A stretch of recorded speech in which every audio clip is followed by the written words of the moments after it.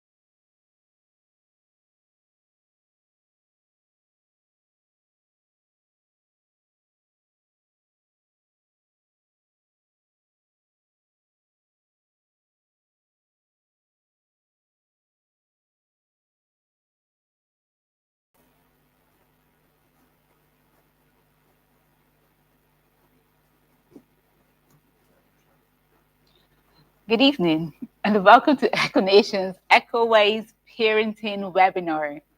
We're excited that you have joined us this evening, and we're going to jump right in by introducing Echo Nation's founder and director, Mr. Arnel Gosling, to give you the official welcome. Good evening, Arnel.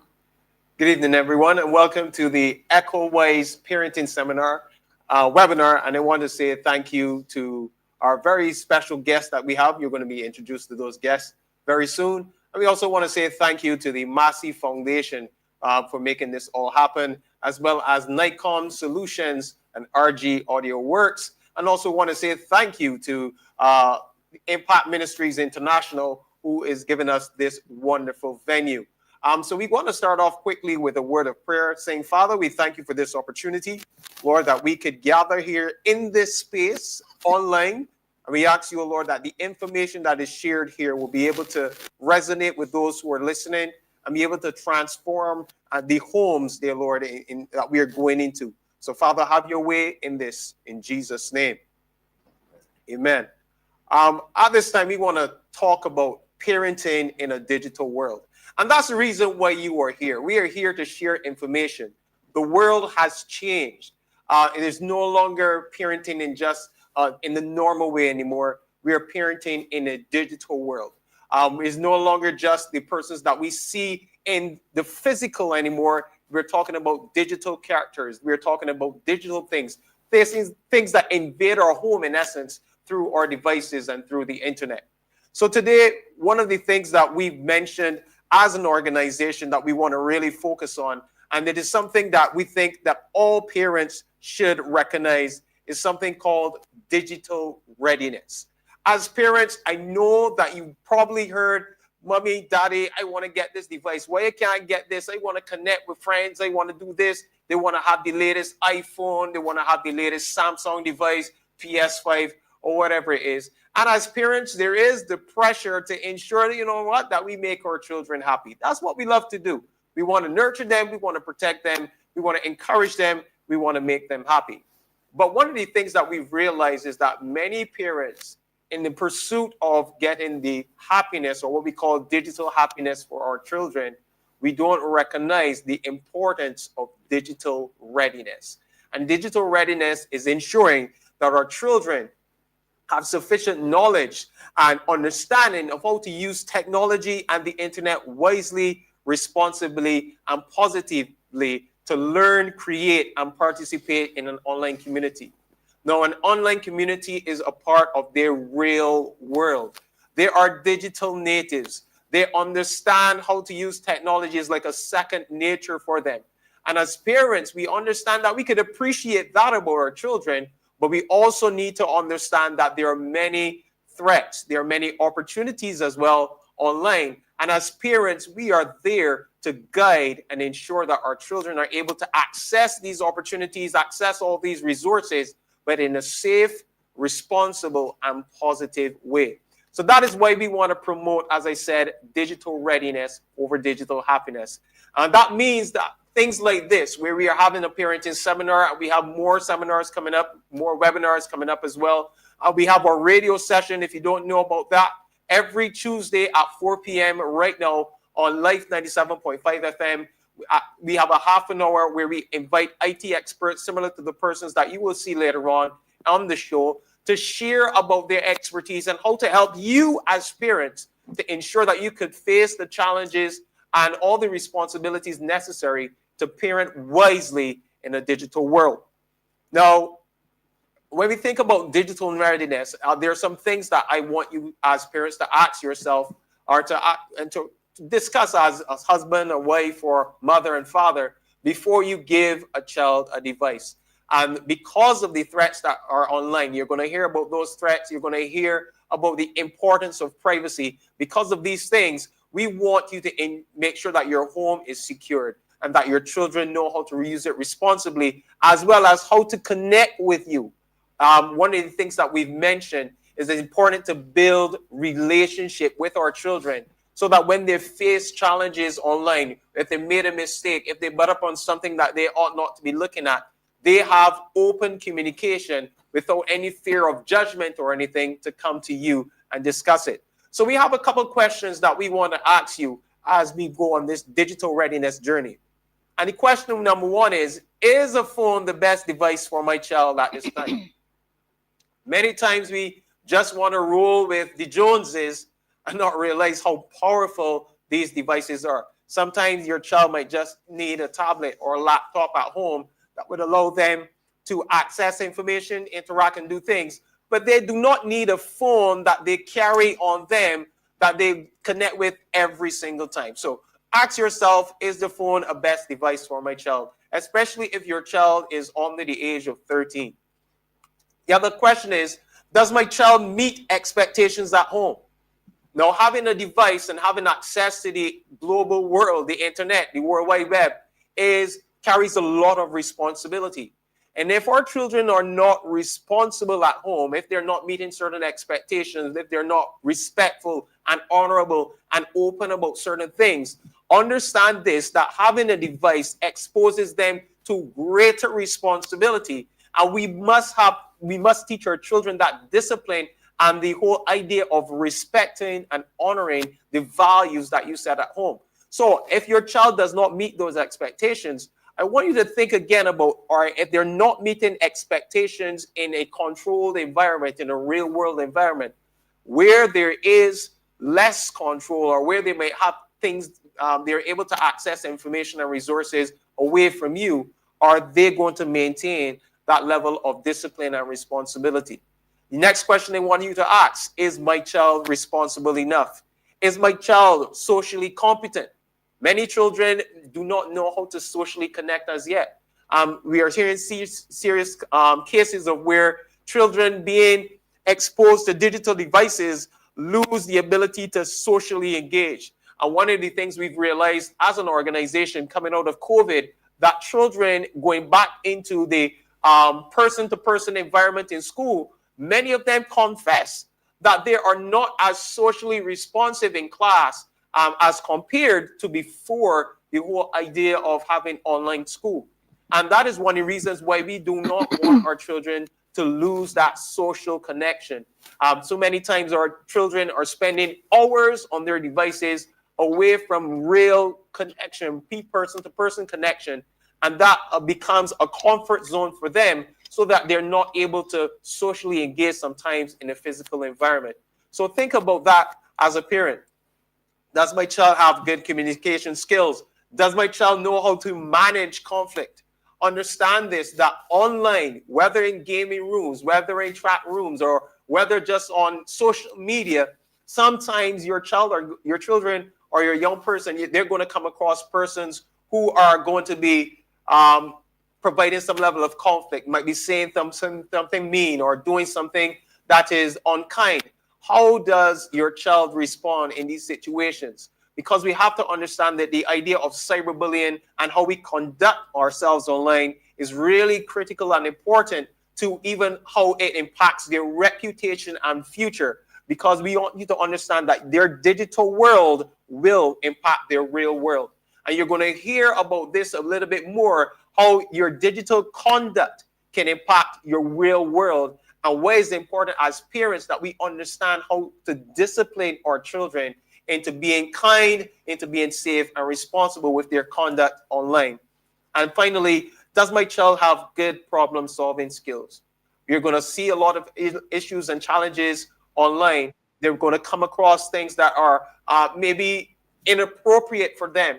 Do they know how to deal with that? How to communicate with you concerning these things?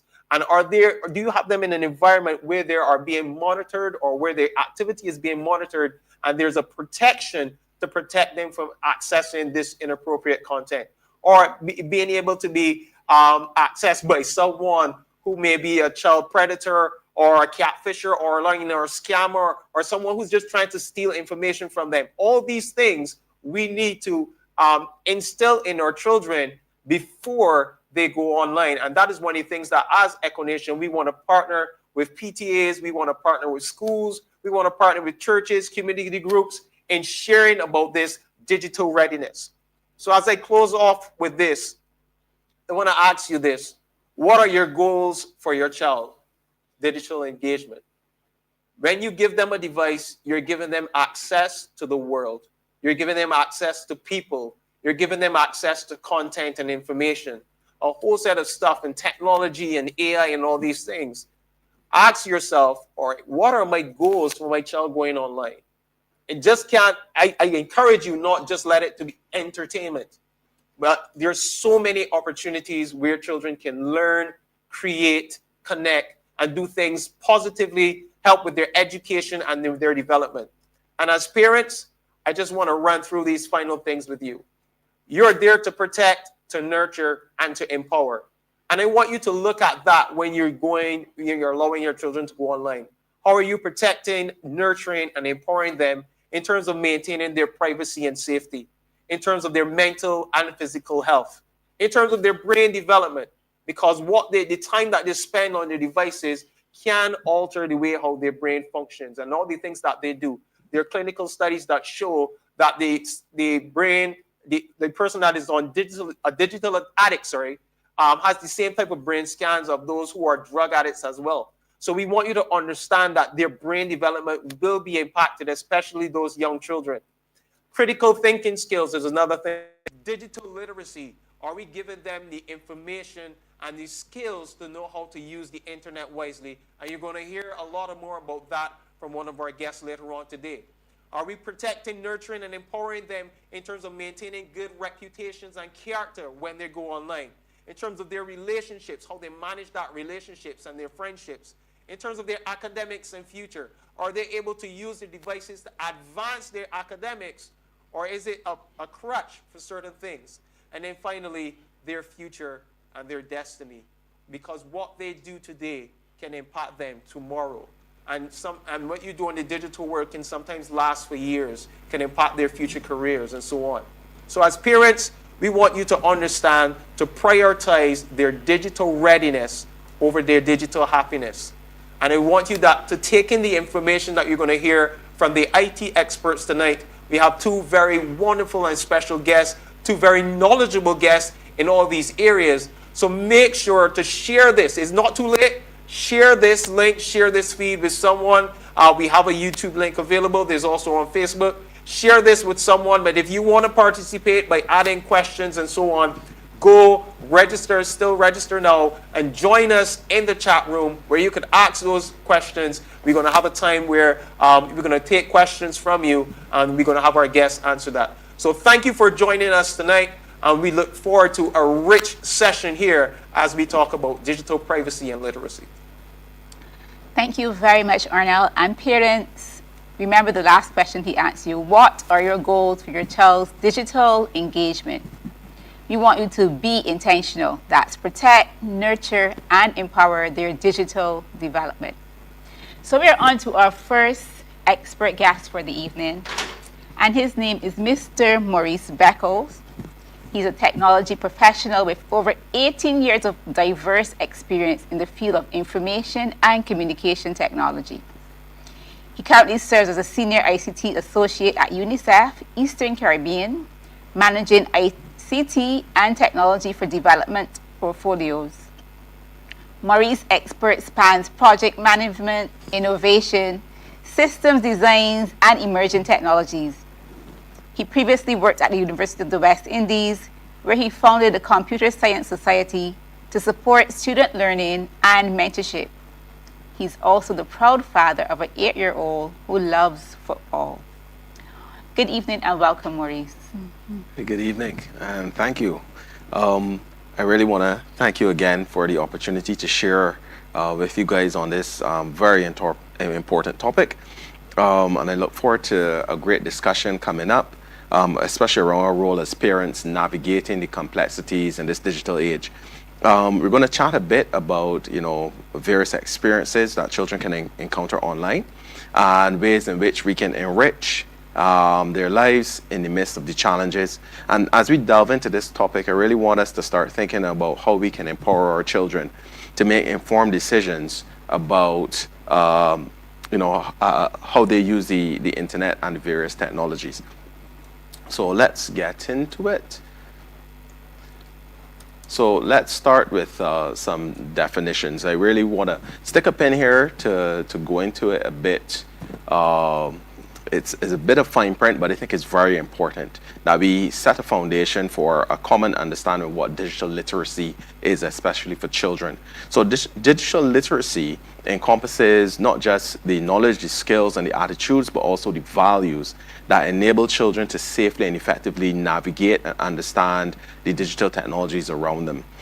This includes their ability to assess information, to evaluate content, and also how they create content, and also considering how to protect their own privacy and well-being online. So just to stick a pin there and let's absorb that a bit, understanding what digital literacy is. Another key definition I think we need to understand is critical thinking. And these two are related, and I'm going to explain a bit later. So critical thinking, to be clear, refers to your child's ability to actively and thoughtfully engage with information, experiences, and ideas. And it involves skills such as analyzing, evaluating, and synthesizing information to make reasoned decisions and to solve problems. It's a bit of a mouthful, but I just want us to absorb it, right? And developing critical thinking is super important because it enables your child to question assumptions and to consider multiple perspectives when it comes to their own consequences and actions that they will take online. These two go together hand in hand, and from the UNICEF perspective, it goes beyond the technical know-how, and it involves really empowering children to be safe and to make empowered decisions in an increasingly digital world. So we're just going to keep those definitions on hand, and then we're going to use those as a foundation for discussing some more important things. So why is this important, right? Why, this long definition, all these things we're speaking about, the internet and social media, how our children utilize technology? Well, it's super important because one of our primary responsibilities as parents is to produce humans who can thrive independently and contribute meaningfully to others. Now, in order to do this, digital literacy is a key skill to do this going forward, because most of the products and services that we interact with, a lot of government services are going online. Even right now, for example, traveling around Europe and Asia, oftentimes you will use your credit card or your phone to purchase tickets on a tram, etc. So digital literacy skills are foundational to our future.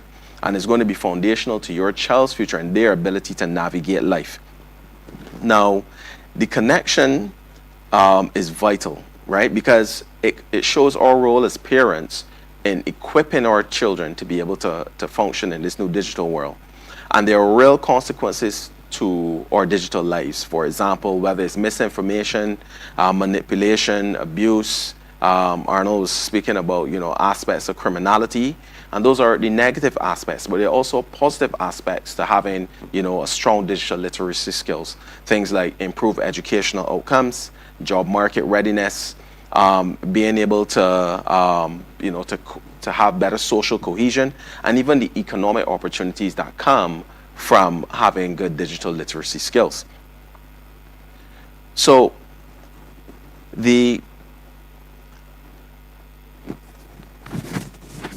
so we want to support our children to be able to foster good, responsible online behavior. This includes things like, having respectful communication with each other, maintaining their own privacy, and being aware of their own digital footprint.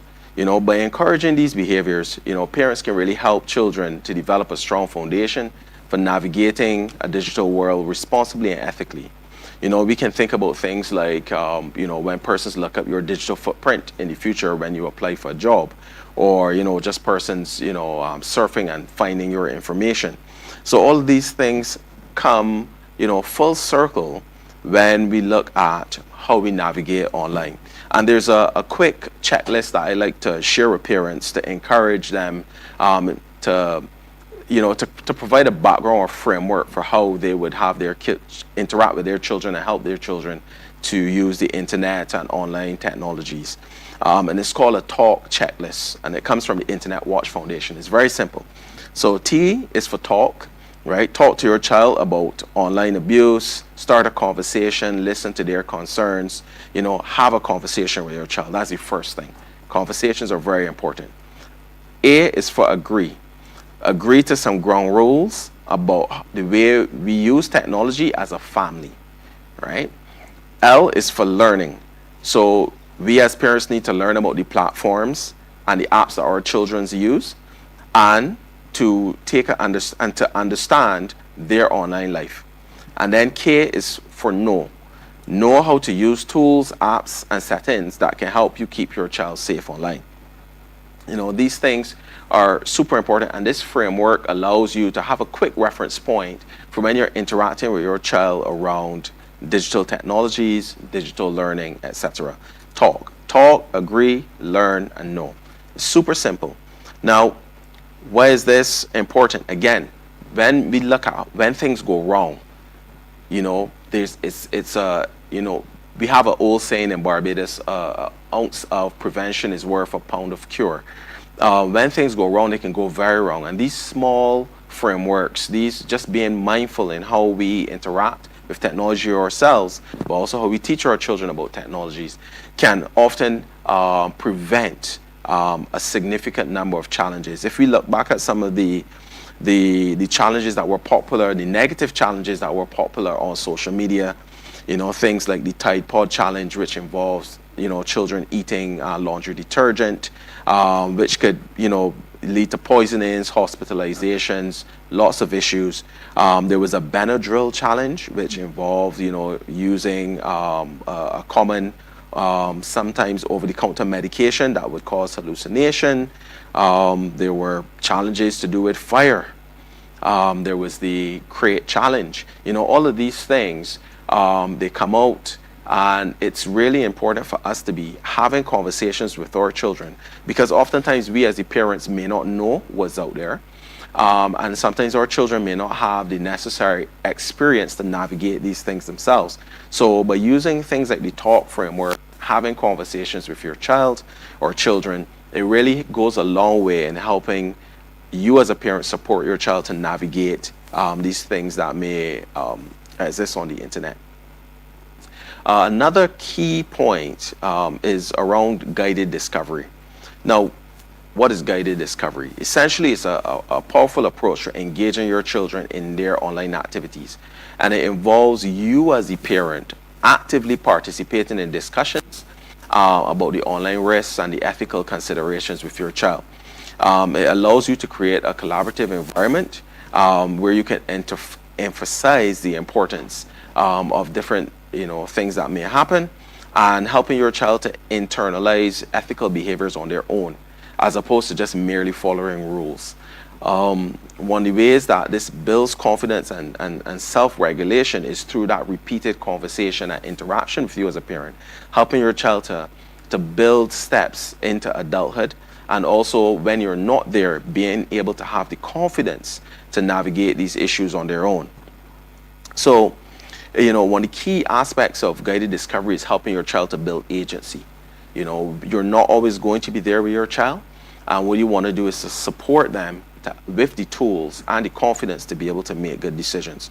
It helps them to internalize their own ethos as opposed to just following your rules. It helps them to develop critical thinking as you have conversations, with them, and then they're able to, make their, informed decisions. It helps them to build confidence, and most of all, it helps them to scaffold into adulthood. Because again, they're children today, but they're going to be the adults of tomorrow.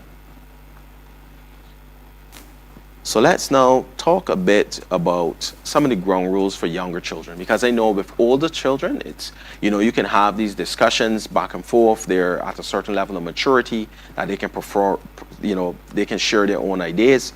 But with younger children, it can be a bit more challenging. And of course, you need to have a bit, of a stronger guide rail for younger children. In such a case, you can utilize, there are lots of tools available to help you as a parent, such as Google's Family Link, Apple has parental controls, and there are a huge slew of other, public and private tools available on the internet that you can use to provide parental controls for your child. You yourself can set up strict privacy settings to help your child, to help prevent your child from seeing certain negative elements on the internet. And you can do simple things like just covering your webcam when it's not in use, right? One of the other things you can do is to be consistent. It's very important to develop consistency with your child when you're sharing with them, when you're exposing them to content, when you're having conversation, because it helps them to build a uniformity. It helps them to build that baseline of what is normal and what is good. So let's talk a bit about modeling ethical behavior. Just a few steps, right? Modeling ethical behavior is, especially online, is key for assisting your child in their digital journey. We have a saying in Barbados, everyone hears it, monkey see, monkey do. So what you do, what you model, your child most likely will follow. So it's super important that we as parents set a good example for our children. Now, I want to take a slight diversion here, which is super important. Sometimes, we all work, sometimes we're stressed out, we have a lot of things going on, we want to just go home and doom scroll. And our child may observe us consistently doom scrolling on the internet. And then we wonder why our children want to doom scroll. So sometimes we need to go and touch grass. And I want to plug here, June the 11th, so this is next Wednesday, is actually the International Day of Play. And I really want to encourage parents to get outside with your kids, right? There's a lot riding on this that we don't often consider. For example, we would have had a lot of national discussion around NCDs and the health of our children, right? Back in my day, and again, I'm going to age myself with my gray beard, we used to go outside and play, catcher, sticky, hopscotch, cricket, football. We really want to encourage you as parents, as we encourage ourselves, to encourage children to play, go outside and play, get involved in physical activity. There are lots of advantages to this in terms of relationship building, emotional regulation. One of the biggest ones, conflict resolution through play, is a huge area for growth for children, helping them to develop their own creativity, cognitive and social development, language and communication skills as they interact with each other, and most importantly, I would say executive function and decision making. Whose turn is it to bat? Whose football are we going to use? Where are we going to play? These things really help your child to become a very well-rounded individual. And this is alongside the digital skills. The two are complementary, right? So again, just a few steps. We want to encourage you to lead by example, to be transparent about your online choices with your child, to set healthy digital boundaries. So, how long you spend on the internet, the type of information you consume, and then engage in shared digital experiences. So sometimes, it's good, sit with your kid. Let's watch some videos together. What are you interested in watching? What are you watching recently? Let's have a discussion about what's going on in this video, and having these types of discussions. So another opportunity that I want to share with you is collaborating with the school and community. So we often would hear the old adage, it takes a village to raise a child. And you are not the only person that is interacting with your child or setting examples or exposing your child to information about the internet. Thankfully, most schools in Barbados have digital literacy included into the curriculum. Through the Ministry of Education, and even with the private schools, it's the same. Whether it's basic IT skills or some of them may take it a bit further. Here's a great opportunity to collaborate with the teachers in your child's life. Have conversations with the teachers. When you have the Parent-Teacher Association meetings, etc., discuss these things with the teachers. Find out if there are opportunities that you can support the things that are being taught in the classroom, at home, or if there may be areas of concern that you can support the teacher with as your child develops. There are also community groups who offer support in these areas, and I would like to, recognize EKCO Nation. They have their summer camp. There are other groups that have, technical, robotic camps, camps around digital literacy, etc. Seek these out. There may be opportunities for your child, and engage with the camps. Look at the material that they're offering, and see how best it can suit your child. So finally, I'd like to just remind you of a few key things, because I know I've said a lot and there's a lot of information there, and I hope that you would go back and review it, do your own research, reach out, ask questions. A few of the key things I would like to share that I think are super important. One is to stay curious and involved in your child's life, especially their digital lives. Focus on values and not just controls. So it's easy, we can go through and have a laundry list of do's and don'ts, but what you really want to do is to focus on, helping them to build values, because situations will always change and they need to be able to adapt to the various situations. And I would argue probably one of the most important ones is to build trust. You want them to come to you first. You want your child to know that, regardless of the situation, come to you as a parent. Let's have a discussion about it and see how we can work through this together. You will be your child's first digital mentor, and you will be your child's first mentor for many things. So, I really want to encourage you guys to start today by exploring, online spaces together, sharing, with your child, setting shared rules so that they can see you modeling the things that you're saying to them, doing things like trying to play games together, etc. And turning, these screen sharing moments into teachable moments where, you can question them, see where their thoughts are, and gently correct them and guide them into the right way to do things. There are lots of online resources available, whether it's UNICEF's Parenting Hub, there's EKCO Nation, there's Parados, go there, there's information available, but the key is you have to make the choice to be deliberate about your child's digital journey and your child's journey altogether. And I'll stick a pin there. I look forward to your questions and comments, and back over to you, Chanel. Thank you very much, Maurice. And I am hearing just what Arnell would have said again, coming out for me. Be intentional. It's all about parents being informed as well. And my generation, your generation, I think we're mostly the same generation here. And that's the pre-digital generation. So we did not grow up with the devices. It's not like how our kids today, have it all at their disposal. We had to learn this. They're born into this. But parents, it's not that foreign in terms of it still requires relationship. Everything that you said, we don't just have the technology, we put it in our children's hand, but we still need to be able to know. And I hear that coming out constantly from everything you said, even in your talk. about parents learning what their kids are doing on the devices, learning the apps. And oftentimes we're in schools and we know that we're hearing from our children, their parents are clueless as to what they're doing on their devices. So parents, we're encouraging you this evening to talk. You heard what the talk is, and Stephen will read. Did I say Stephen? Maurice will remind us of that later.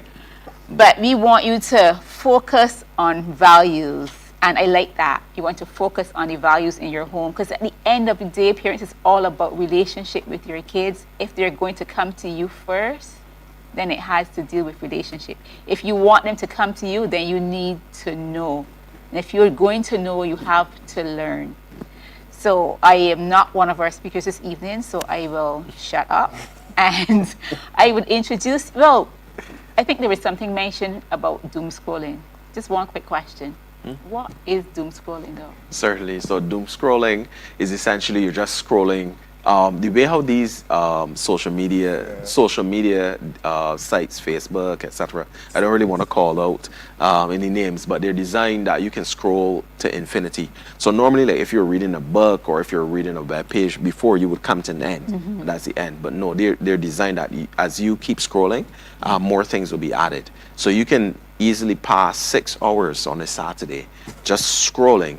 And you'd look up and wonder, you know, where did the time go? So it's not my fault then when I go to make an important work-related thing, and next thing you know, I find myself an hour later haven't actually done what I went online to do. Oh, so we parents are, you know, we are guilty of that as well. So how much more our kids, you know? So one of the things that I would say is that with the whole idea of infinite scrolling, one of the things that Maurice mentioned is that there's a trigger that's usually in our brains. Like, as he said, when you are searching on a page, there's usually a trigger that says, hey, next page, I'm not seeing what I'm looking for. You stop. The infinite scrolling removes that trigger from the brain.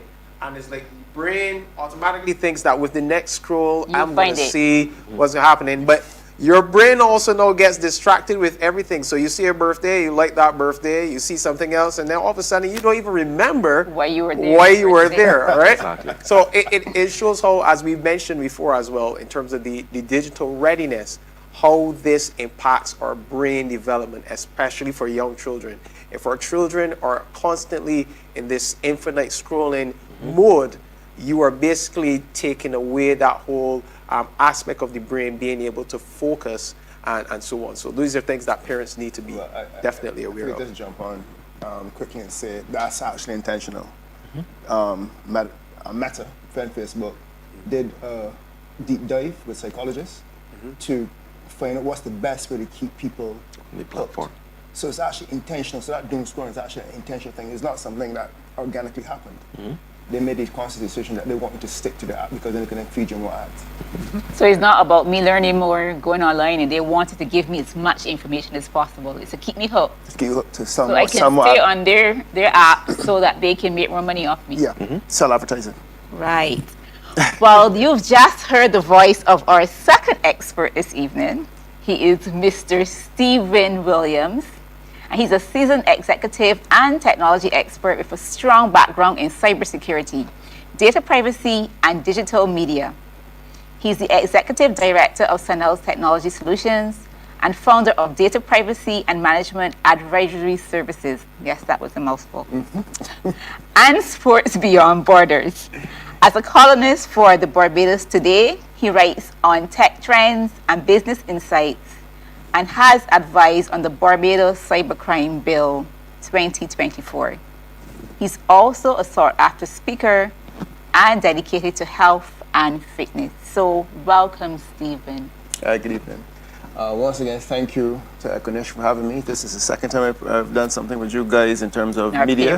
Yeah. So I'm getting to be part of the family. It's good.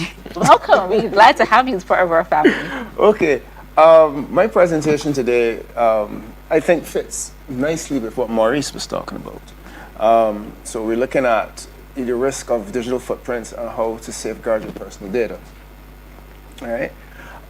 So we're going to discuss understanding what a digital footprint is, the risk to being digitally exposed, how to safeguard your personal data, proactive habits for digital safety, And what the reason why we're here, why we focus on kids right now, right? The top risks that kids and children face online, strategies to guide and empower them, right? And one or two tools and family resources that we can actually use, right? And then we'll close off final thoughts. And my best part of the show is where we get to talk freely, right? Get to answer some questions. I like that.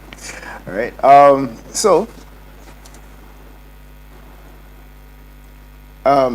What is your digital footprint? And as I thought about this, and I'm going to read what I have on the screen, but then I'm going to just do a little anecdotal interjection. But anything that you connect with technology today leaves some type of footprint. So whether you post online, make comments, publish photos of yourself, videos, anything to do with social media, that's the big one. That's the obvious one.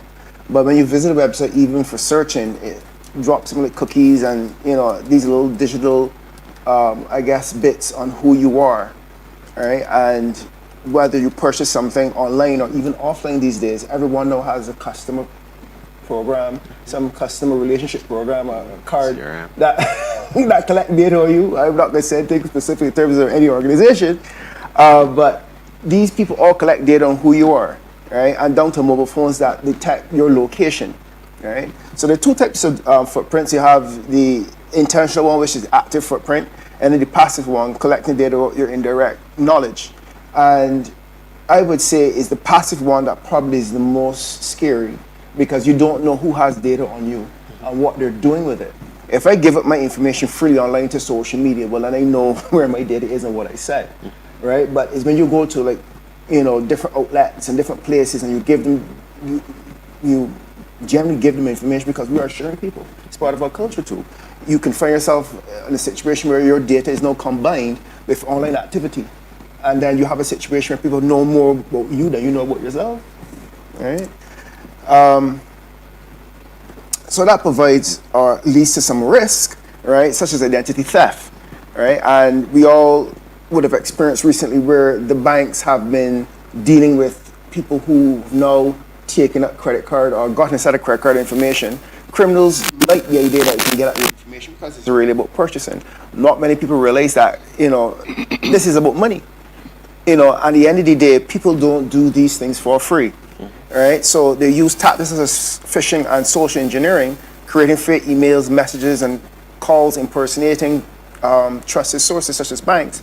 And it's even gone as far as parents now. And although we're talking about parents protecting the children, I've broadened this conversation to also include parents, because there's one case that I do in my cybersecurity training where a scammer cloned the voice of his daughter, right, and then called them to extract money. And if you think about it, I tell people, and this is one of the articles I'm writing, technology or AI is as bad today as it ever would be, right? So in 5-10 years time, right, let me not say that long, right?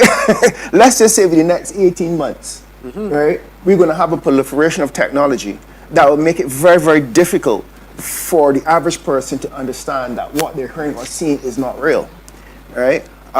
So that makes it extremely tricky for parents now to even talk to their children about what they see being real or not, right? And the idea is they use these things to basically get at your passwords, right? To get at financial information, or even to sell your information on to someone else who may use it in different ways, right? But personally, I guess not thinking about it, the risk associated with it comes with bad reputational damage. So all posts that you don't clean. So sometimes, I'm even guilty of this too.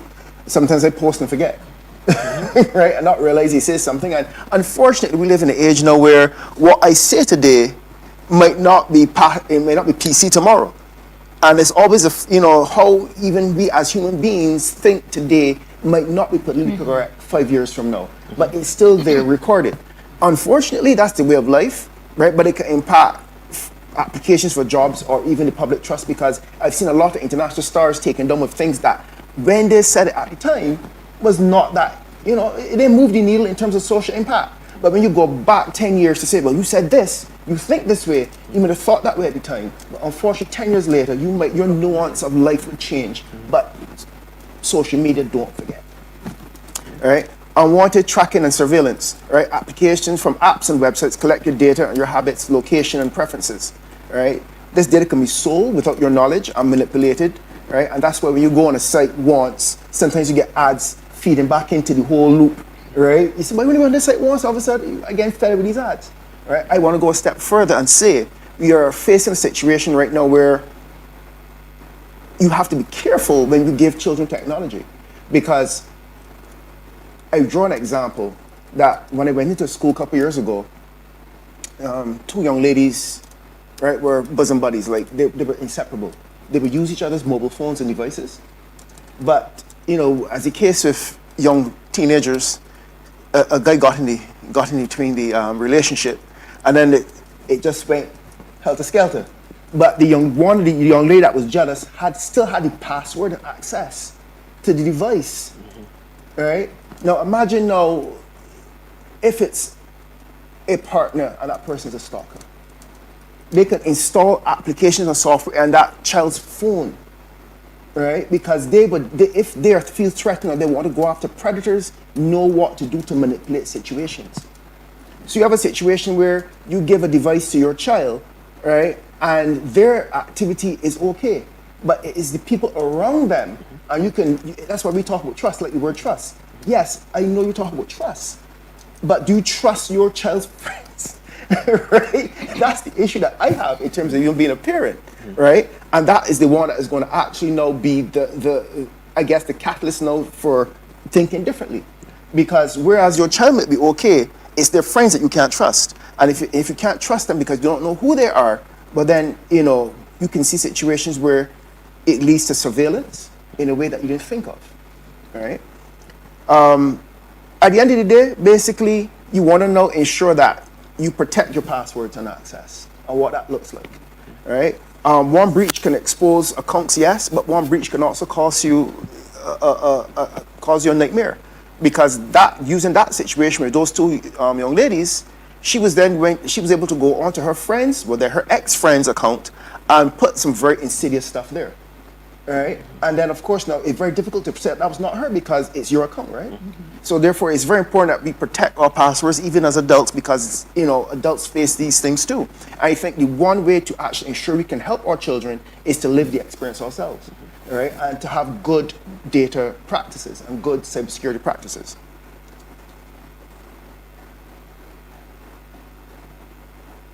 Sorry. All right, how to safeguard your personal data?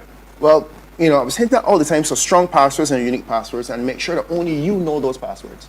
So especially for young people, they tend to overshare, right? So you have a video game, and I see it so much and so often, right? So you have a situation where, I want to play the game too, right? Well, it's on my account. Well, I can give my password. You go home playing, it's like, he's my friend. But no, you have a password that you may use on multiple other accounts, right? So ensure you have a good password, I guess. Strong password, but also I'm looking at the actual sanitation too. So the things that go into that password, right? Ensuring that it's something that you can remember, right? Something that's personal to you, all right? And that you don't share it. And let it be something in terms of a combination of, special characters as well. So it's not easily copied. Or guest, right? For those people, I'm not getting technical tonight, but multi-factor authentication. Right now, I think Google, even to log into a Google account right now, it's a Gmail account right now, you have to set a code, to you that you have to know. I think that's a safe practice. It's not international standard to have a multi-factor authentication, right? And review your privacy settings. Now, I'm very impressed with Barbadians right now, especially on Facebook, right? Where Facebook accounts are now locked. You can barely scroll it now. People are now locking their account to only their close circle of friends. It's not open public anymore, right? I think for young people, that should be a number one standard for social media. Only have access to your friends. Adults can make certain adult decisions, but right now as it stands, you should lock your account to only your friends, your immediate friends in that regard. Right. Limit social sharing. I mean, not everything needs to be said. But the truth of the matter is that young people tend to share, right? Because that's their friends, and they think, you know, you are invincible when you're young. Nothing could happen to you. You know, you jump off. I remember being small and jumping off a step higher, and you know, hurting my foot. But you know, I learned. But long short of it is that young people don't see the internet as being something that is harmful, right? So they tend to overshare. Right? I teach in my cybersecurity training too. Avoid public Wi-Fi, especially for sensitive information. If you think about it, they just right now are constantly asking for the Wi-Fi password. So at the hospital, the airport, different public spaces, right? And different, unfortunately, those spaces tend to have multiple access to Wi-Fi accounts, and you do not know necessarily which one is the good one. Because if I want to start harvesting information, I can set up a Wi-Fi. Hotspot, sorry, I'm using my words. Hotspot that sounds like exactly where I'm supposed to be, QEH2. Where the words QEH1, I say, oh, QEH2 must be the second one, you know, and, right? And then I connect into it, and then all of a sudden, everything I'm passing between my laptop or phone is now being shared with the people now that aren't the host QEH, right? And then update your systems promptly. You know, I must admit, some of these things I have to follow myself too, because I hate updating my phone. It's like, oh, this one updating again. Nah, frustrating, but it's important, especially if you're not technology savvy, because a lot of times there are security flaws. Nothing's perfect, so it's best if you update your systems as quickly as possible. Right? Kind of proactive habits for digital safety. Right? I always say use a password manager. Because the best practice is that every account you should have should be unique. That's best practice. I know it's like, Stephen, I can't have a password for every website I go on. No, we can't. Well, you know, No, we can't. right? So it's best if you use a password manager, right? Or limit passwords to certain accounts. Meaning that if you take, for example, your mail account, have one password, but if you do like shopping, right, have another password.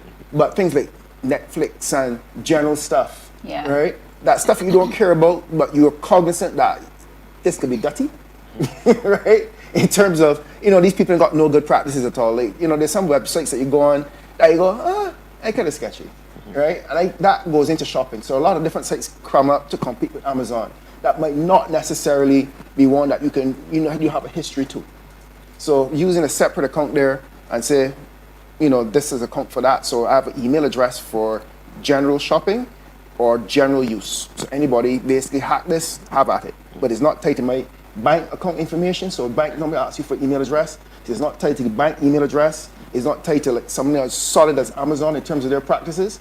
It is just a common thing. Because I know it's very impractical to have every site you go on to ask for something, an email address, to have one that, you know, yeah. All right. Oops. Right. So monitor your digital footprint regularly. Google yourself. I like to do that. I just Google myself and see what comes up. Right. Sometimes I shock myself to see what's there. All right. So set up alerts. So actually, what you can do is something called Google Alerts. Right. You can actually put a Google alert on you on yourself. So anytime you know you or your name may come up, you get a little email alert to that. Now, why that is important is that as you may become a public figure, or your child may be a public figure. For example, if your child, like, you know, I know everyone has a daughter as fast as Mr. Gosling here, but let's just say your child now, right, is the next star out there, right, and they're in the paper. Someone can take the child's image, name, and likeness, right, and then use it in other ways, and it's good for you to track that as well. So, for example, a news media may pick up the article, and all of a sudden your daughter now going viral, and well, it may be a good thing. The difference is that as a parent, you should want to know where your daughter's or child's information, son or child's information is going, right? Because it could lead to other things that may not be in the good light, right? And then you want to know if your email address has been compromised. So some calls, have I been pawned? I can never get this word pronounced, but it's called pawned, right? It's a website that tells you if your email address, right, has been on a site that has been hacked. Right, I think it's very critical that you know if there are sites that have your email address and those sites have been hacked. Quickly, let me give an example. During COVID, there was a massive hack with MGM, a hotel in Las Vegas, and a lot of I think over like 100 million email addresses, and some are Barbadian. And the thing about it is that if you do not let people in authority know, right, and then spam starts to come in, the boss, like yourself in charge of security, might not even realize, well, this person went to MGM, they stayed there, and they used the corporate email address, and, you know, off you go. So for parents, sometimes your child signs up for different services online you might not know or be aware of, and then they start getting spam, right, to their email address, and they generally don't know, right? And some parents might not know how to do it as well, right? And then thirdly, my specialty in my particular area is the Data Protection Act. A lot of parents, actually no, let's not use parents. A lot of people don't even know what the Data Protection Act is, right? And I think hopefully a connection could bring me back. We could talk about Data Protection Act in detail. I will, you know, flog that horse, you know, with some vigor, right? But the Data Protection Act is a very critical piece of legislation that helps protect not just individuals, but children as well. Children have special protection under Data Protection Act. So I don't see many businesses doing it, but it comes in a roundabout way. So if children, you know, want this ice cream and they go and say, hey, here's a little coupon to come back and that sort of stuff, children should not be marketed to under the age of 18 without parental consent. 18? 18. Wow. Yeah, they shouldn't be marketed to, right? We have a little problem in Barbados because 16 is the age of certain type of maturity. Yeah. What 18 is. It's a mixed match of things that, you know, there's a different story, but they shouldn't be marketed to if they're minors, right, without parental consent. And I give you an example, like one client I was working with, right, and it's very critical. When you get into an accident, if your child is in the car, so you take him home for you, Mr. Gosling, you take him home, your daughter's friend, you get into an accident. The quick thing would be just to say, well, who the child is and say, you know, just give it some information. But that insurance company should not take, right, any information pertaining to a child because it's on their file without the parental consent. So that I have to work through that with the insurance company because at the end of the day, right, we have certain rights that are given to us through this act. So the right to access, so you have a right to know what information any business has on you. So if you go to a pharmacy, you have the right to know what information they have on you, right, how long they keep it, store it, right? Sometimes it could be incorrect. So that's important. If they copy the information incorrectly, and then it could lead to other problems in health-wise you can see, because it's on the formulary that you have this in this particular medicine and it's not true, it can lead to other areas. You have the right to delete the information as well. So if you don't want to do business with the organization anymore, you can ask for it to be deleted. You should know your data privacy rights. All right? But we're focusing on kids because, as Maurice said, this is their world. I mean, I feel the embarrassment. Y'all say, well, y'all didn't grow up with it, but I grew up with it. I'm sorry, but I guess it was fortunate. But, you know, I've seen it come up from those little floppy disks, right? We carry it now on our phones. We have more information storage access than when I was growing up in leaps and bounds. But this is their world. They wouldn't even know what, you know, life is without the internet, right? So we have to focus on them because this is their world, right? And building early, lifelong habits leads to good, right, adult behavior, and that's the thing, right? So they're vulnerable to digital risk. They're easily more swayed than adults. Coming up and growing up, we got some, you know, real life lessons concerning, you know, trust. So we know that trust is not something that you easily give out. But being that they're young, they're more easily trusted. And that's where the problem comes. So they're perfect targets for grooming. And if I can use your platform, Mr. Gosling, EKCO Nation, to plug that we need that cybercrime bill passed, because grooming is not something that is done under the Computers Misuse Act.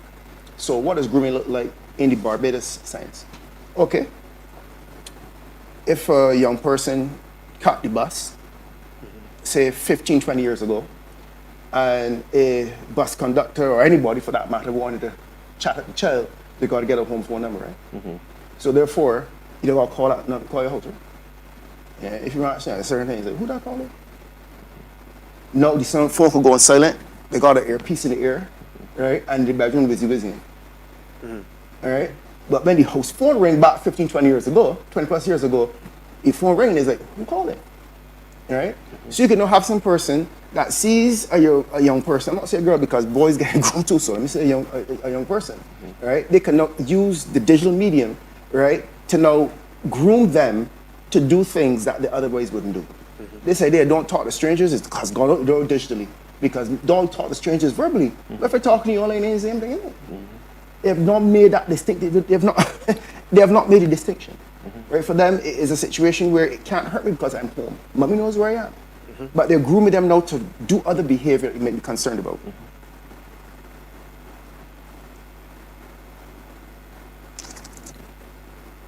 All right. So I'm trying to follow my laptop on there too. All right.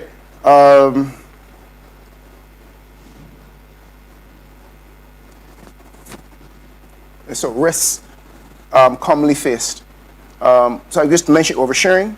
Cyberbullying is a big one. I think that at the end of the day, even adults face that because it could come in the form of malicious communication as well.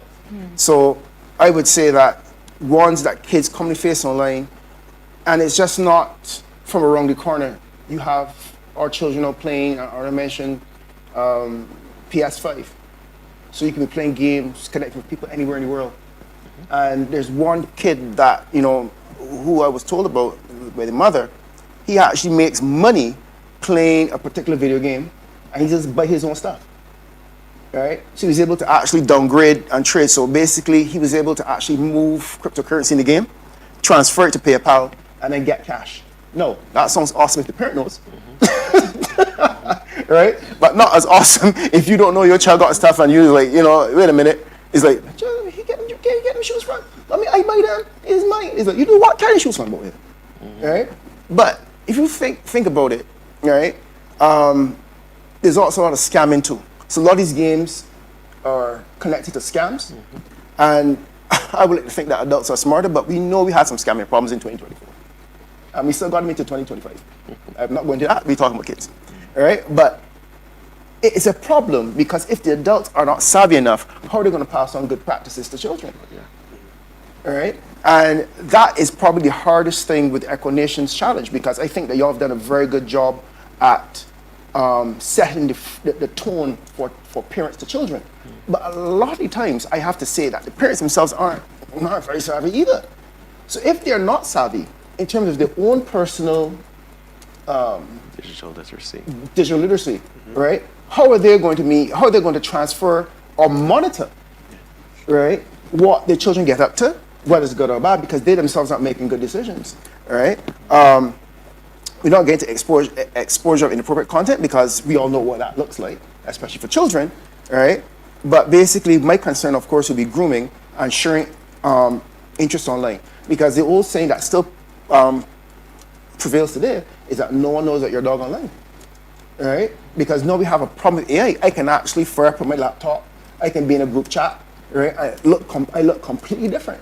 So I can pretend now to be a 16-year-old boy, right, with AI, talking to 14-year-old girls, right? And they're talking to me and seeing my likeness and image, right, that I want to project, right? So strategies are important to empowering kids online. Critical thinking is more important today than ever, right? Helping them to understand, would you do this in real life, that you're doing this online? So if you're not going to do it in real life, you wouldn't go and expose yourself in real life, why would you do it online? I also understand, especially for young girls, that my concern, and I mentioned the cybercrime bill, is that we're able to take a likeness of some person right now, manipulate to the point where the person has not been there. There is a video going around with our prime minister kissing another political leader, another prime minister of another country, right? The video is about 60 to 70% good. And you can go, that looks like AI because of the body movement. But imagine what this will look like in 2-3 years, right? But imagine it's your daughter, right, who some person took their likeness of, right, and manipulated it to do something worse. Our current laws have no answer for that, right? And I am worried that it's so pervasive right now, even with the phones and the updates to the phones, the AI in these phones right now that we give our children allows that to happen very easily.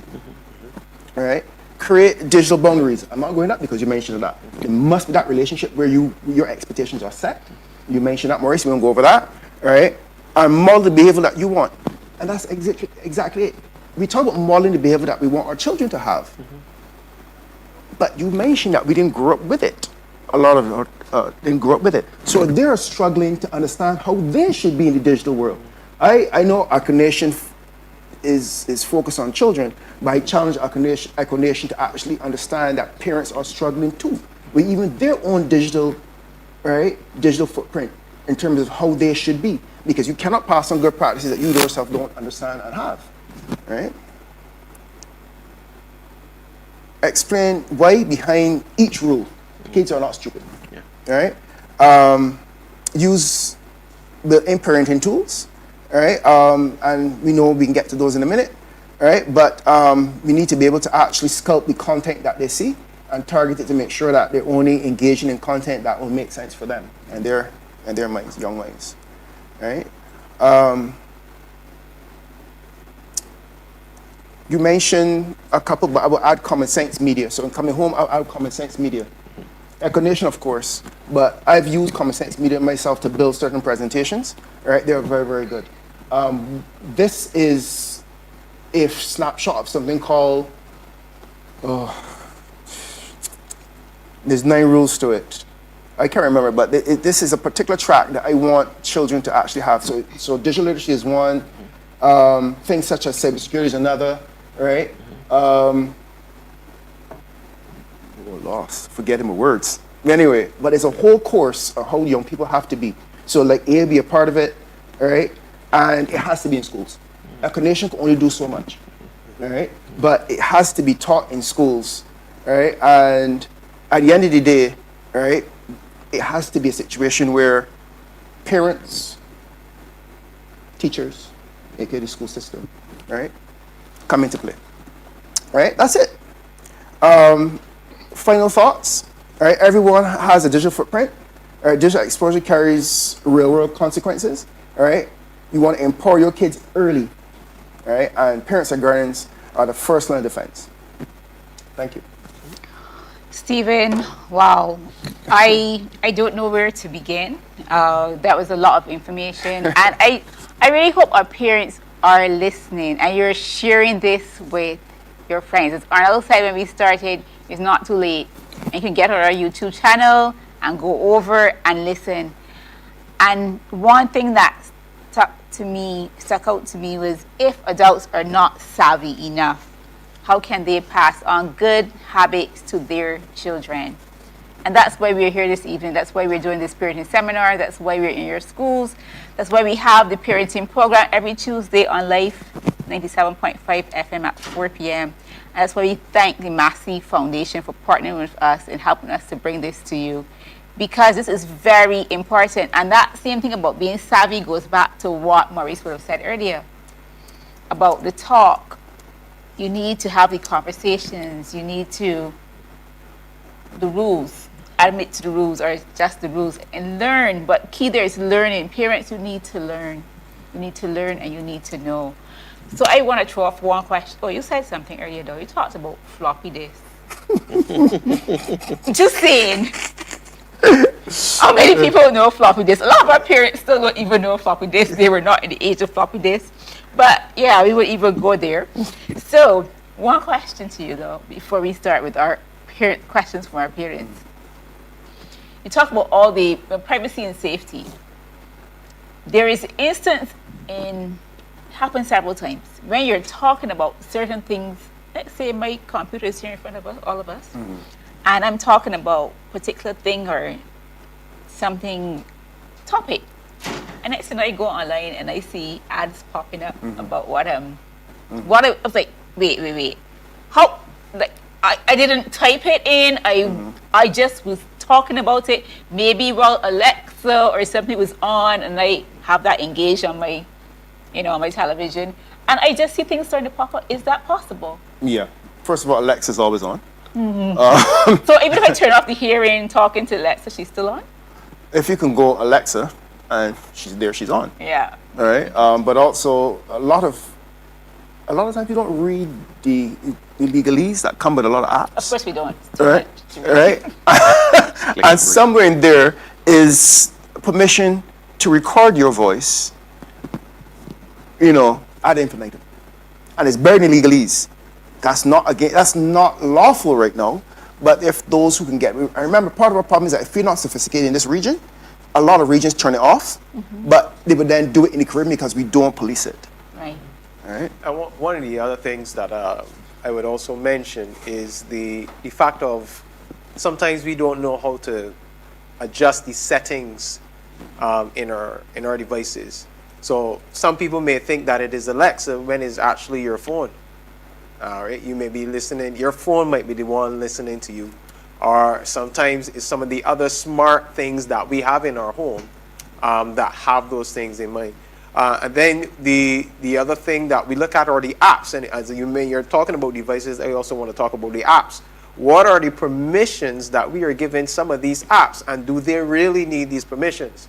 An example was if you look back when we had cell phones, but there wasn't the automatic flashlight option on the pull down drop down screen. You had to download an app in order to get the flashlight on, or you had to turn on your camera and start to do video recording in order to get a flashlight. And we had these flashlight apps. But then when you download the app is asking for permission to your contacts. The app is asking for permission for your communications and for your location and all these type of things. And we sometimes just say you accept and they go along, but you don't realize that you're actually giving these apps things to do this, the permission to do this. And some people like these apps that like to show you, or who's the block number that is calling you, and you're wondering how the person will know that number is this person, because when we download some of these apps, we're giving them permission to share our contact directory, and they're pulling together all of the contact directories from your phone, from this phone, and that phone, and they're looking for matches in order to do it. So we need to be also very cognizant of the permissions that we give to the apps, and also the settings on the devices that can infringe on our privacy and safety. Sure. Well, we have our first question up, and it is from Kamal Mason. And you guys are looking at the screen, and you're going to tell me who wants to take this one. So, how does digital awareness relate to emotion intelligence and a neurodivergent child? And a neurodivergent child. Yeah. Yes, please. Let me look that up for you. Do that. I think I will take the first step at it. And Maurice and Stephen both alluded to it in terms of the emotional intelligence and the whole idea that the digital readiness of the child, when we are thinking about putting our children online in terms of social connection and so on, how they manage conflict, how they manage sharing per se every emotion online can basically jeopardize their privacy and safety. Now, you mentioned grooming, Stephen, and one of the tactics that groomers use is the whole idea of mirroring emotions in order to get the child to drop their inhibitions. Trust. So if your child does not have the emotional intelligence to control certain things and know that it's not every emotion and everything to put online, it could be an area where that can be used now to create an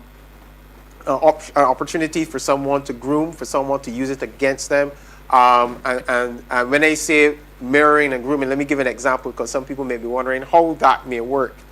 So your child is going through challenges at home, and everything that they feel, they go online and start to divulge in their WhatsApp statuses or on Snapchat or whatever statuses they're using.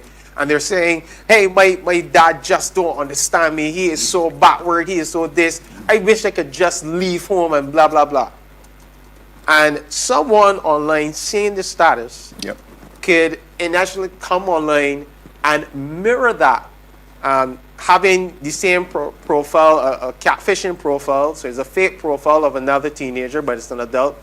And they're saying, I feel the same way about my father. He just don't do whatever. I feel how you feel.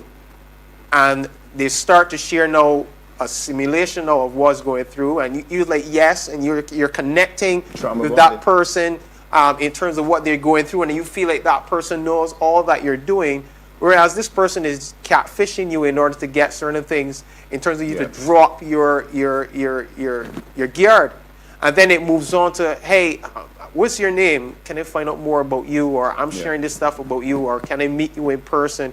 Because I think I've shared so much of myself about you. I would like to know who I'm really connecting with. Because I feel like you know me that sort of way.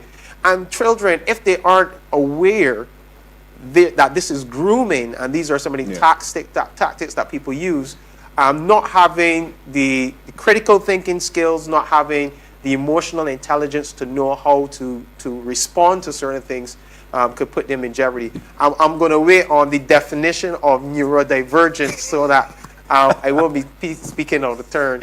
I wonder if Kamal is Kamal, are you a doctor or you got Kamal might be a child. might have a child with a neurodivergent way of thinking. But I want to say to Kamal that on Tuesday coming, we are going to be having our psychologist, the head psychologist from Paradox, on our EKCO parenting program. Nice. So I am going to encourage you to tune in then on Tuesday to listen into that program. And definitely I would have your question there for our psychologist. She will be sent this question prior so that you can get a full answer. But a neurodivergent child is having a brain that works differently from the average neurotypical person. And that is wide. Correct. So definitely. to bring that into this context, you have to actually know that child. You actually have to sit down and take that on a one-on-one, because every child like that would not be the same. And when we talk about emotional intelligence, we have to see where you're at in terms of that as well. Because you spoke about but emotional intelligence, we always think it's something simple as knowing how to control your emotions. But the average person does not even do that.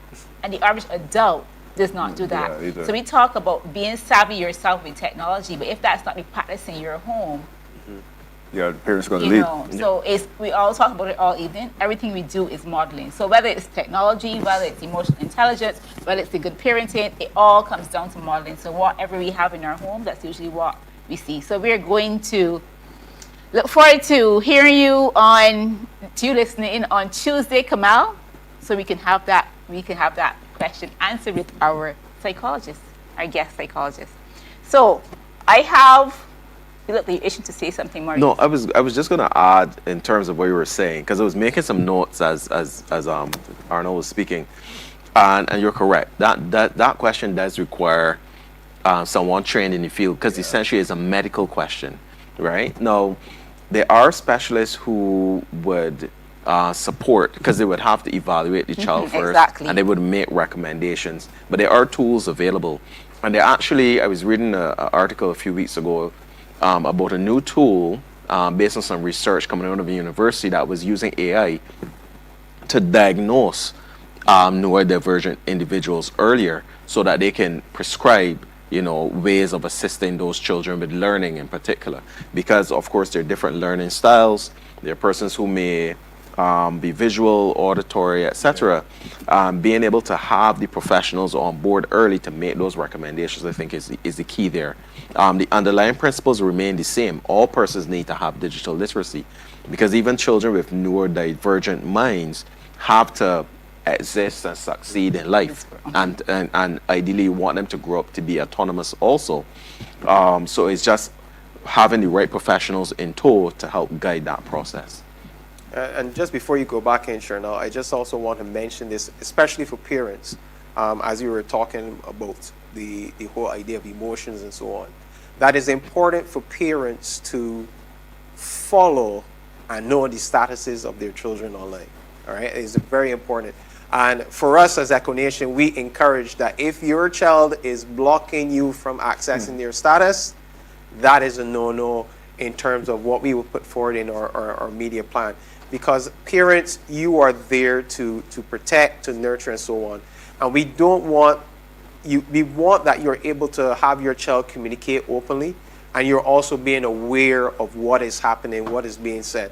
And at the end of the day, if that child is suffering a breakdown or anything medically happens to that child, or that child gets into any sort of issue, the person that they're going to call is the parent. So if the parent is going to take the responsibility, the parent should also have the knowledge and access to all that is happening, especially in the digital environment. I think it is unfair for the parent who's there taking care of the child to be the last one to know what is going on, being blocked by the child, and even strangers, based on their status and all these things, having access to that. So I encourage children, if you're listening, I encourage you to ensure that you are sharing your statuses with your parents, and I encourage parents to set that ground rule that your children, whether there's a teenager or not, that their statuses are not blocked from your profile. Okay. I want to jump. Yes, I was going to bring you in on this actually. So Right. go ahead. Because first of all, I guess it's my devious mind, right? Young people normally have two I was profiles, just going to bring right? Stephen in on the same page. One for the parents, Yes. and the family, and the uncle, and the auntie, Exactly. right? One for friends. And they got like 40 people, right? And that's the one that mommy and daddy got the status of. And then there's another name, right? They ain't got a picture of them at all, that the friends know, right? I think the question is, and I go back to the explanation part when we're on the radio, how well do you know your kid? Now, if your child is one that you have to know tease out information in real life, ask them something, they don't volunteer to tell you, right? They have to tease it out. That child's probably got two profiles, you know. One that they're gonna let you know about, and one that their friends know about. So the question is, in real life, do you know who your child's friends are? Right? Because, trust me, two people can't coordinate things that easy. They can slip up. Right? It can slip up. So the thing you have to know to be a situation, you have to become a detective. Trust and verify. Trust that your child gave you the right one, but verify that it is actually all that they have. You are hitting the nail on the head. And, when we made this suggestion to children in schools, when we go into schools and we ask them, how many of you have blocked your parents from your status? And you will see the hands that go up. And we ask them, we give the same scenario, and they said, yes, I understand, but the reason why I don't allow, I block the status from my parents is that I don't want the conflict. And we ask them, what do you mean by you don't want the conflict? Because for them, if the child puts out something like they're so disappointed by what their friend did, and then they're showing that emotion online, the parent might come in and judge them and like, were you getting also because somebody ain't talking to you? Were you blah, blah, blah, blah, because of this? And so that whole connection where they think that parents just don't understand or respect them is why they think they need to block the statuses. So even though I'm saying that, I'm also going to encourage parents that we have to listen first, be slow to judge, but be quick to listen and try to understand from our children's perspective what they're going through. We as parents, because we didn't go through the digital native thing, we don't understand how that really impacts them. So that is what I would say, we need to build our relationship. But we do understand what it is to be a teenager, and that has not changed, whether it's a digital age or not. True. Teenage, whatever they go through, and the emotions we went through as teenagers, and that's the thing about parents, we tend to not want to go back to that. Let's remember when we were a child, we wanted to fit in as well. It wasn't online, it was in school, it was with everything else. It's the same thing, just in a different platform. But I'm cautioning there though. The difference is that what happens at school stays at school. The difference is what happens now. Doesn't. Yes. And that is one of the things follows that you. stuck out with Follows you. Anything I do on technology today leaves a footprint. And that was one of the scary things that you said that I definitely had to know. But we have another question. And it says, in terms of interconnection of the web and your device, why does parenting and policing your child's device matter for their future? And this is one of the things that we talked about on the same parenting, our parenting program. Once again, I'm going to say Life 97.5 FM, Tuesday evenings at 4 p.m.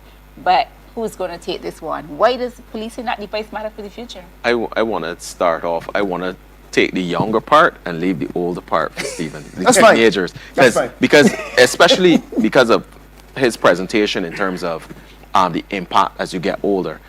In terms of younger children, it's super important to police their devices because a device that's connected to the internet is open to the world.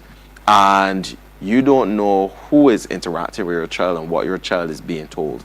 So a lot of times you may see children misbehaving, or there may be, communication issues or challenges, and you may not be able to readily identify the source of that because of the information that they're consuming, whether directly from persons or online.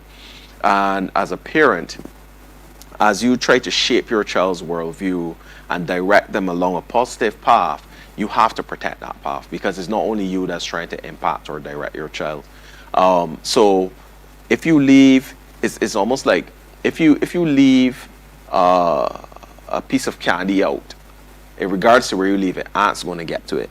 If you leave a device out on the internet without protecting, without policing, negative elements will get to it. It's not if they will, it's just a matter of when. So you have to protect your child's device as a gateway to your child. In the same way, prior to the internet, you would put things in place to physically protect access to your child. This is the same thing. You're putting digital ways or digital safeguards in place to ensure that your child is not negatively impacted through their device. I'll hand over to Stephen. I deal with the older. Yes. Okay. I think for adults, in terms of even being connected and policing a child's device, United States right now, this is real world right now. United States now is asking for your social media access to determine if you can get a visa. Right? Colleges, right, are determining if your child is going to get a scholarship or even entry with the social media. And here's the problem that I am facing or seeing happening right now. These people are not judging culture. There are things that in our culture that is diametrically different than the American culture. We say certain things here, even in terms of how we view life, right? That has a negative connotation inside the States. And we are becoming so overly sensitive as a people and a society. We're not even giving people the opportunity to share their views and having those views part of a melting pot of understanding. If you don't share my views completely, I do not want you here. I do not want to deal with you. That's the world we're in right now. So when you have a device connected, your child now expresses those same emotions, right?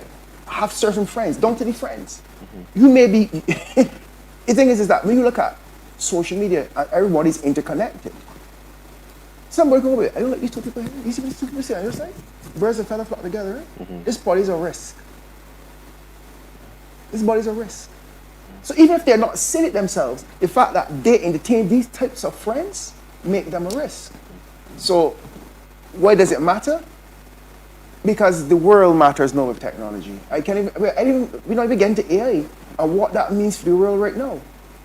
But we are at a stage right now where jobs are going to get very, very scarce in another 2-3 years, even in Barbados right now. So you need to have and do certain things and be as appropriate as possible because it will have an impact. That's the truth. It's unfortunate, but that's the world we are. That's where we are right now in the world. Do you have a input, Mr. Gosling? I don't say. I think these gentlemen handled it very well. I want you to understand, as we mentioned about the privacy and safety of our children. Parents, you are there to protect, and you're there to monitor their development, and that is why we cannot do it in the real world and ignore what's happening in the digital world. As Maurice would have, I think it's Stephen that had in his slide, he didn't mention it, but he's had it in his slide. Our children spend hours every single day, especially during vacation, on these devices.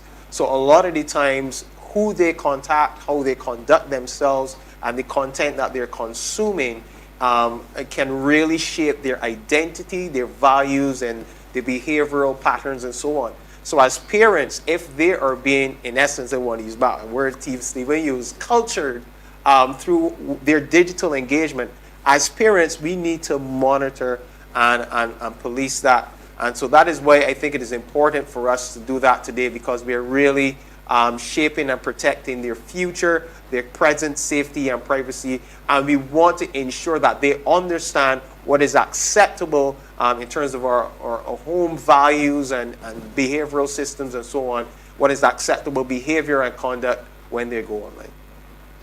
Okay, so we have another question, and it's that when should self-directed learning not be used in regard to digital literacy for your son or daughter? So self-directed learning should not be used in regard to digital literacy. That's an interesting question. I'd be tempted to rephrase it a bit, because I don't think it's a question of when it should not be used, because learning is a tool, is a journey. It's something that we will do forever, you know. We are not always going to be there to teach or to guide or to be those, you know, guardrails. At some point, as the child gets older, you know, the guardrails come off, and they should have been, you know, properly skilled and tooled to be able to make the decisions or to use the technology in a safe way. I would probably say it should be more a question of how do we as parents come alongside to shape the self-directed learning, because if it's almost like you can't just block off a road. At some point, the child has to know what is down this road and then make the choice if to proceed.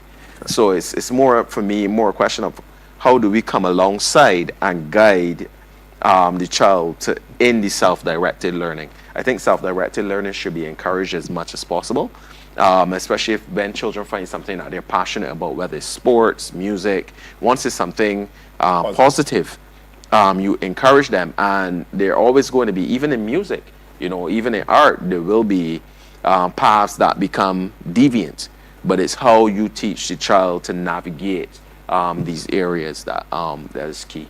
And I think having worked with Mr. Williams for a while, one of the things that we looked at in terms of it's not critical thinking, but it's basically the whole motivation to learn and to being able to do it on your own.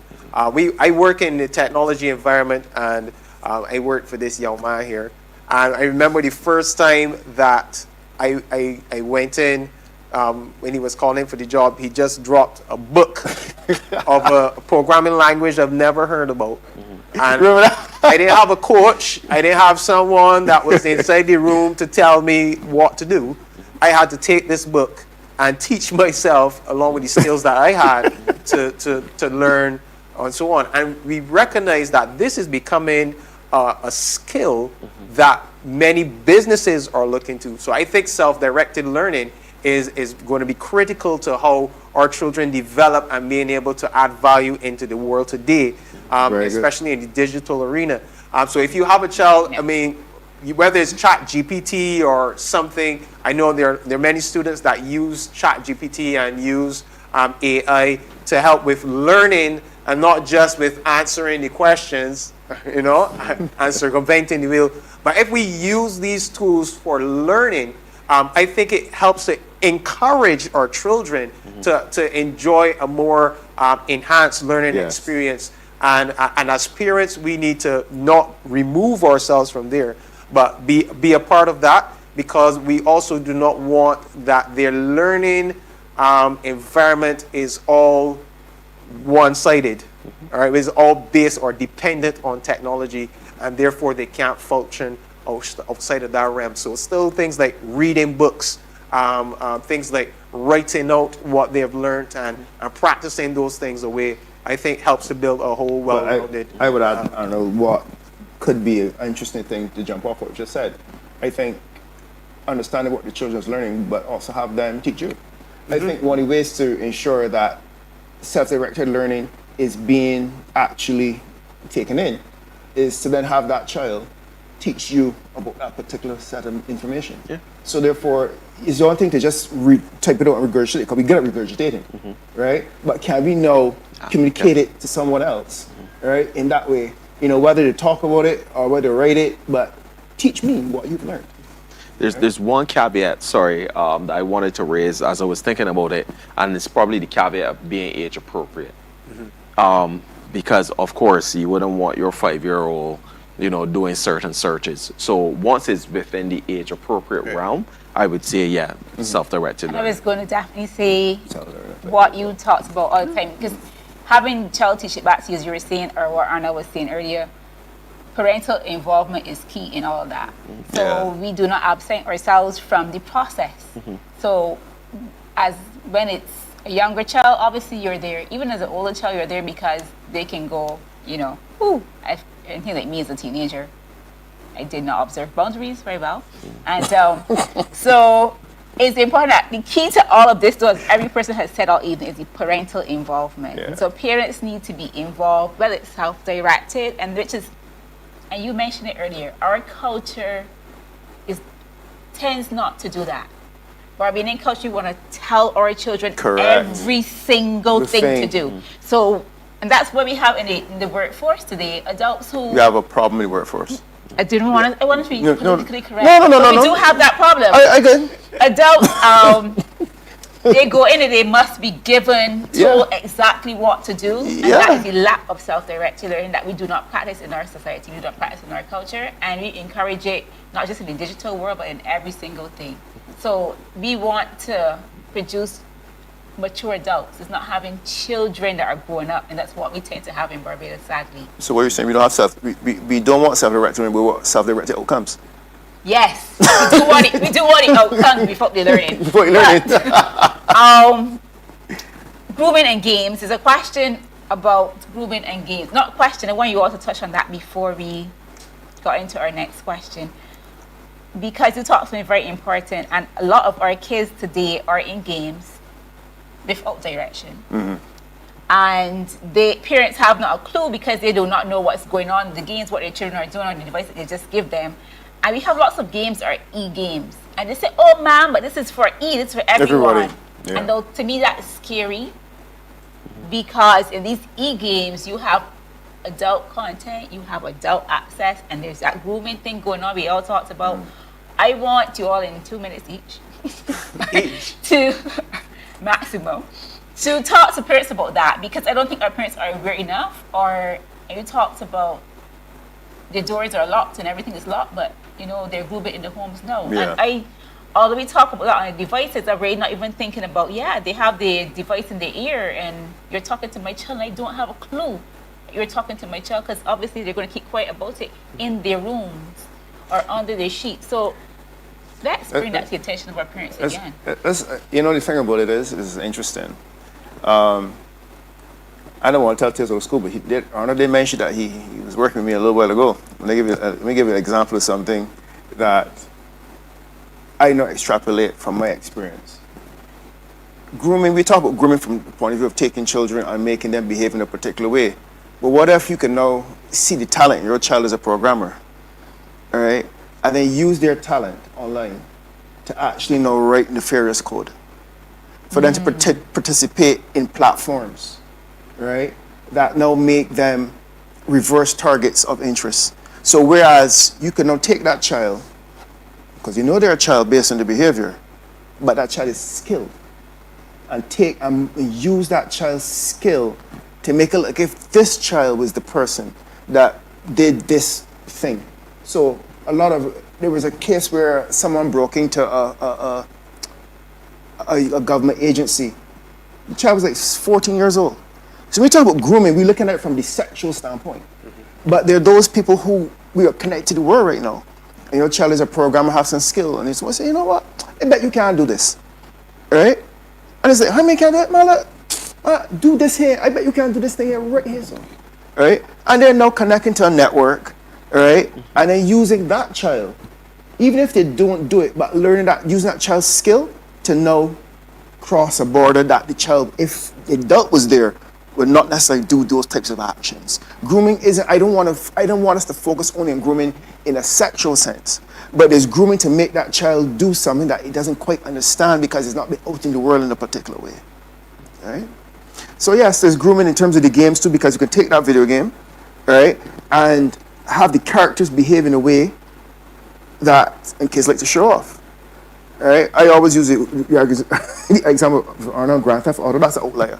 Grand Theft Auto, there's nothing sacred about Grand Theft Auto. Can you repeat that? Because some of my class 4 students are saying, yes, ma'am, please play Grand Theft Auto. And what? Anyway, right? The fact is, there's nothing salvageable in terms of a good character when you start off as a criminal. The premise there, and the problem of that in life right now, when you start off as a criminal and get an empire, we see in our society right now, young people behave in a particular way, and we do not. I'm challenging you. These psychologists coming Tuesday. Yeah. Ask if there's any connection between video games, behavior, and societal issues, right? So I would like to hear that question, right? Because when you could play a video game and you could kill some person easy, you know, starting to get desensitized to life and its value, right? And you know, we have also a society right now where we're talking about the gig economy. Young people now work only to get money to go affect, right? And all that behavior is being part online. That is a situation where, you know, can translate back to video games. Oh, I can only do this thing here to get access to this video game. I'm hooked on the video game, right? So I'm going to actually do a little trade, a little something to get back into the game. There's one school right now, right, that we were called into from a cybersecurity standpoint where fights broke out because they missed the firewall payment that would protect the content from being accessible, right? And they were playing this video game, and someone decided to fire up the video game, and all of them were playing it between the payment, and fights broke up because they literally stole a child's. You know, when you play a game like Fortnite, you got like guns and weapons and all that sort of stuff, right? That one child stole the weapons and the cash from another child, the digital cash from another child, and it broke out into a fight, literal fight, because that child worked weeks to build up his cash, right? And then at school, that happened. That's why I said what happens at school or at home goes back and forth now. When you're at home, stays at home. When you're at school, stays at school. That no longer occurs right now. Where you see it's the bleed over. Yeah. So there's no longer a separation between what happens online and what happens in the real world. And even I like that you alluded to, even in terms of the gig economy, like so many things are shifting under our feet as it pertains to technology, whether it's in terms of AI or in terms of access. And what we really need to put the effort behind is that training from early, is that having the conversations. A lot of times, you know, we look at knowledge and teaching in one direction, from the parent to the child or from the teacher to the child. And I think we're going to find a lot more as time progresses is that it needs to be both ways.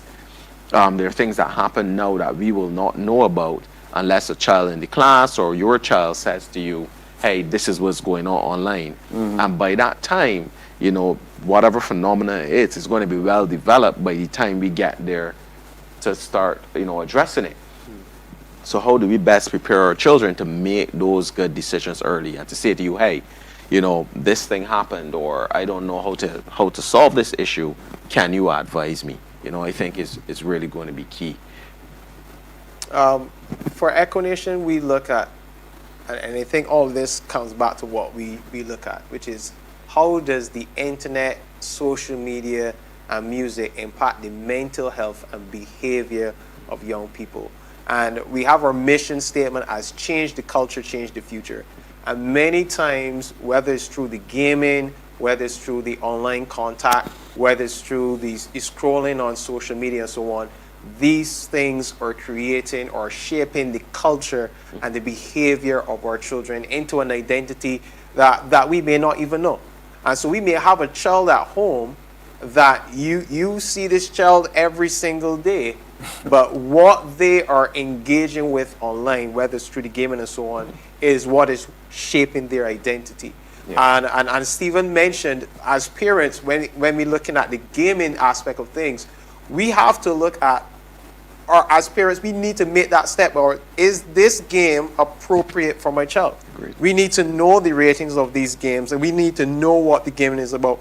We shared about some of the apps that parents could use to monitor, and if we have our children registered properly in terms of their age online in the Google Store or whatever, and we have whether it's Google Family Link or the Microsoft Safe or Studio, whichever tool we're using, we have as parents the opportunity to say, before you access an app or download an app, let me review if this app is appropriate for you. And this is very important because there are apps, as Stephen mentioned, like Grand Theft Auto, that encourage criminal activity. But there are also apps that may look as innocent. So we have some like Sims, and this is something that we talking about learning from each other. Children, when we go into primary schools, this is something that the children in primary schools were talking to us about Sims, or we call life simulation games. And they talk about the different games that they were using, like Chances and Sims and different things. And when they looked at investigating some of these games, you realize that a lot of these games groom children in terms of certain behavior. So for instance, I saw in one of these simulation games, if the child wanted to make a responsible decision in the game as it relates to whether kissing somebody, or a stranger or something like that, because they always throw adult scenarios in these games because the games are rated mature. So they throw adult scenario and they will reward you if you are open and whatever else. So you make a responsible, what we call irresponsible life decisions. The game rewards you and call it you are creating experience, right? Whereas if you wanted to make a responsible decision, the game will either penalize you or you have to pay to make that decision. And these are things that children were telling us. Yeah. And therefore, you would hear children in school say, yeah, man, I got 3 or 4 baby daddies, and them is do this in this game, and blah, blah, blah, blah. And this is what is really creating the culture of our society. The culture of our society is groomed now a lot by what they're spending hours a day doing. And as parents, we need to take back control. So is this an art imitate life or life imitate art?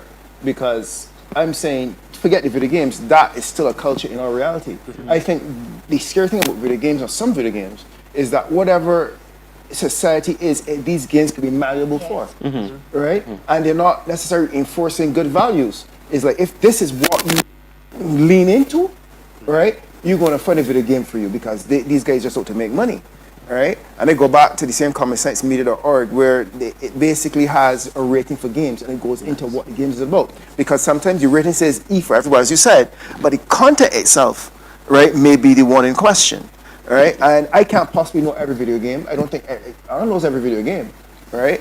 But there are sites that rate the video games from a parental perspective. And that brings me to the question that was asked about spotting the fake online. Can you talk about the fake online, and you use the example of our Prime Minister and all these things going on. So a person wanting to know how or where can they find out, how can they help their child to find out what's fake or real when they don't even know what's fake or real. So where do they go? Like, how do they even begin to protect their child in that area? Well, what I would say is this. Part of the problem that popular people will have is the fact that people want to take their image or likeness and make them out to be what they're not. So I would say that you should have some sort of idea of who you gravitate. Let's use your friends. If this is not your friend-like behavior, or this is not behavior of your friend, right, you should engage. I like the fact that people are closing down their circle, right? So all the ones about political leaders and popular stars, I don't care if they're fake or real. That should not consume your mind, right?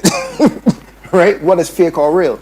But I am more concerned about if it's fake or real concerning family, friends, and your circle, because that's where the damage would start to happen. I would like to think, right, that we can discern in another year if something's fake or not. But AI is being used in such a way to detect if it's fake and to take out the fakeness that people think, that people can identify. So if it's a writing style or if it's a behavior of the human body, people identify that this is not how your human body moves and try to correct with AI.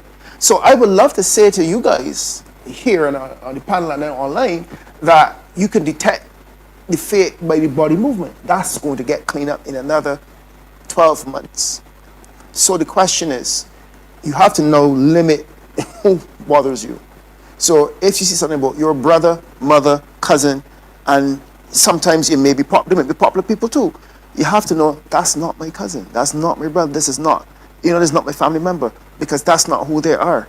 Because I would love to tell you that I can give you something to say that this is what fake video or fake news look like, because it is coming very, very real.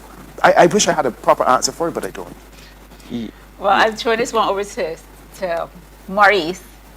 So the parent wants to know, how can I teach my child to, you talk about pause, clicking, thinking, sharing, all these things, when it's emotionally exciting in the game. So you're playing your games, we talked about being charged, the dopamine rush you're getting, we talked about oversharing. How do I help my child in that moment? Because they're excited. They don't even recognize that they're oversharing. But how do I, the parent, help me to pause and think before posting? Because they tell me at school, yes, ma'am, we don't do this and we don't do that. But I know that's not the reality. Yeah, it starts even before you get there. Sometimes you have to, remediate after. But I think it's best to catch it before.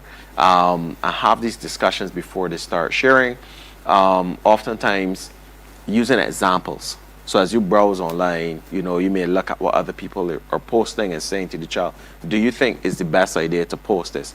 What do you think can happen, positive or negative, beforehand? Now, of course, that's in the best case scenario. So let's say you've passed that, you didn't have a chance to have that discussion, your child is posting all sorts of stuff online.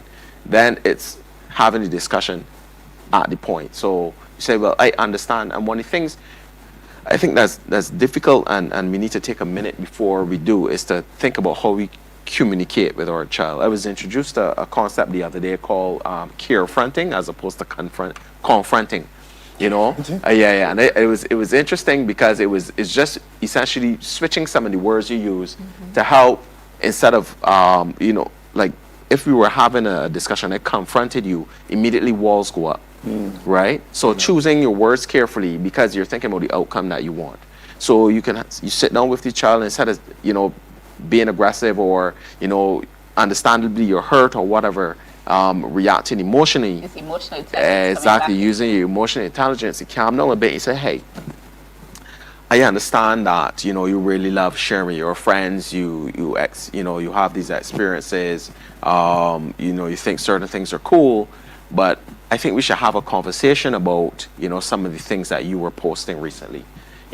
From what I've seen, some are good, some are bad, and they can be negative impacts, not just now, but way into your future based on some of the things you've been posting. And you start to have a discussion. You ask interrogative questions in the sense, tell me, and you can show the child the photo or whatever it was, and you say, what do you think about this? Why do you think it was a good idea to post this?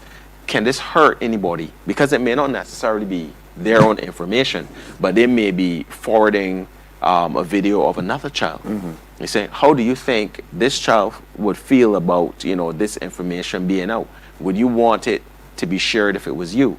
And having those conversations. Again, however, no matter how we approach it, when it comes to technology, when it comes to your child, it's always going to be conversations. It's always going to be the relationship that you have.